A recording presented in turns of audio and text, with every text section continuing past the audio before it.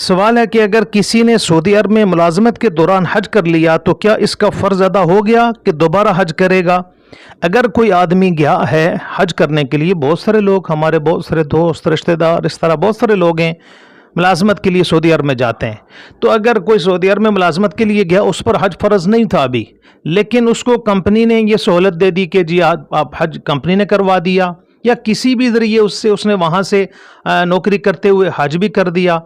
تو اب اگر اس پر حج فرض نہیں تھا، اس نے وہاں سے حج کر لیا، اور حج فرض کر دینے کے بعد، حج کا عمل کر دینے کے بعد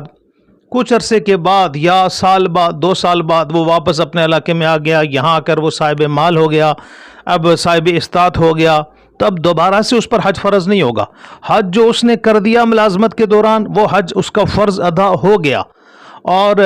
دوبارہ جب وہ صاحب استطاعت ہو گیا، صاحب مال ہو گیا، سرمایہ دار ہو گیا، اب اس پر دوبارہ حج فرض نہیں ہے۔ بعض لوگ سمجھتے ہیں کہ نہیں، وہ تو ملازمت کے دوران کیا تھا، اس وقت اس پر حج فرض نہیں تھا، اب جب یہ صاحب مال ہوا تو اب یہ دوبارہ جا کر حج کرے گا۔ یہ بات نہیں ہے، جس نے وہاں ملازمت کے دوران بھی حج کر لیا، فرض اس کا ادا ہو گیا، اب دوبارہ سے حج کرنے کی ضرورت نہیں۔ اب اگر وہ دوبارہ حج کرے گا تو وہ نفلی حج ہوگا، فرضی حج نہیں ہوگا۔ فرض اس کا پہلے ادا ہو گیا جو اس نے ملازمت کے دوران یہ حج کیا تھا۔